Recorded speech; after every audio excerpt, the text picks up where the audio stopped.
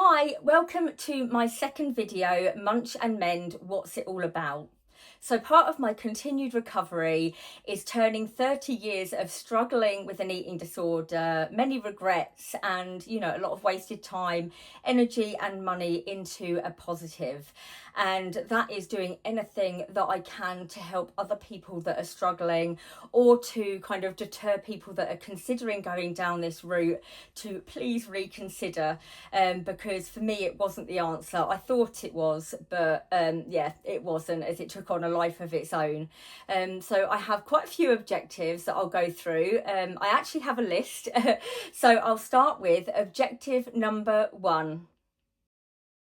So my first objective is to try to warn people of exactly what an eating disorder can become, because a lot of these, really destructive behaviours and that nobody really talks about through shame and embarrassment. But also hoping that these things will help to deter people who are considering turning to drastic measures to control their weight and shape to please reconsider. Because if I'd known what my eating disorder was going to turn into when I first made myself sick back in 1994, I like to think that I would have thought twice, because I was going into it with closed eyes and I didn't have a clue. So that is objective number 1. So objective number 2.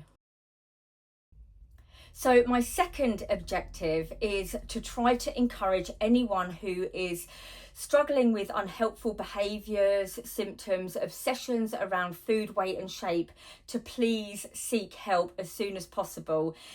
It can be quite daunting going to the GP and, through fear that your symptoms aren't bad enough, you're not a low enough weight, or, or sometimes men as well feel that they're going to be judged, or, eating disorders, can't happen in men, which, as we know, is completely not true, because it can affect absolutely anyone.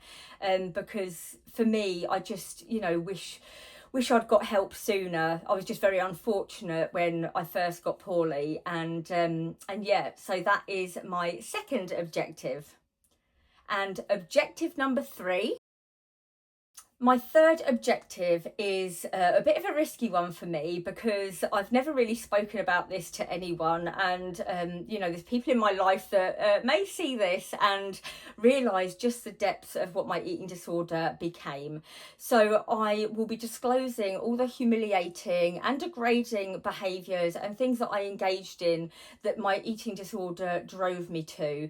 I'll also be kind of speaking about what drove me to do these things, because I want other people to know that they're not alone. And it's very easy to persecute yourself, because I did. I convinced myself I was warped, and actually I wasn't. So I'd just like others to know that they're not alone, and just help them to kind of get through it. And so that's my third objective. So objective number 4. My fourth objective is to share how I got past the shame and humiliation of all the very degrading eating disorder behaviours that I engaged in, because that is a really, really tricky one. I think very much like I said in objective 3, it's these things that we do can drive us very much deeper into our eating disorder, and it certainly did me, as I went round in a kind of punishment, self-berating attitude and cycle that wasn't helpful at all, and just fueled my eating disorder. So that's objective number 4. So that brings me on to my next objective, number 5. So my 5th aim and goal of Munch and Mend is to share all the tools, both mental and physical, that helped me to fight my eating disorder over the years, and also how I was finally able to let it go. There's lots of things that I've learned, both from professionals in treatment, occupational therapists, and also family members. I had an auntie who was absolutely amazing and introduced me to the world of crafting, which was really, really fundamental in, keeping me distracted and helping me in, the times that I was in distress and really struggling and fighting sort of the eating disorder urges and things like that. So that is my 5th objective. And we move on to my 6th objective. So my 6th aim of creating Munch and Mend is to share and talk about all those kind of reasons that are a little bit more sensitive and embarrassing that kept me in my eating disorder and made me very reluctant to give it up.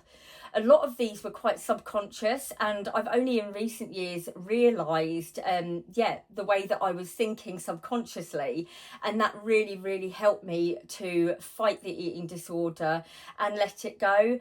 So that's my objective number 6, and I just really hope that it helps some people and it resonates with some people. So moves me on to my last objective, and that is number 7. So my 7th objective is the hope that I can be a positive example of how it is, possible to conquer an eating disorder, even when you've had it quite a long time and you feel you've been written off by medical professionals, by those around you, and you start to lose hope in yourself. You never know, like, when something in life is going to change, where you have a sudden realization, where you get some sudden fight in and wanting to, experience a so-called, normal life free of the grips of an eating disorder. And, I just encourage it for anyone, and I want this for you, because it was just so easy just to believe what others thought and what the medics were saying. And it's like, don't let anyone tell you or allude or you to think that you're beyond hope, because you're really not. And you can always make up for lost time, which is what I'm doing now, and I'm having a blast. So that's objective number 7. So the final thing I want to say about creating Munch and Mend is, the fact that I can never turn back time. I can never turn back the clock and erase the time that I spent dedicated to my eating disorder and all those missed opportunities. But I am sure as heck going to do anything I can to help others in any way, even if it helps just one person and saves you from years and years of fighting this disorder and just being controlled by it. That means the world to me. And so that's my final thing I want to say about creating Munch and Mend. And I'll hopefully see you in some more of my other videos.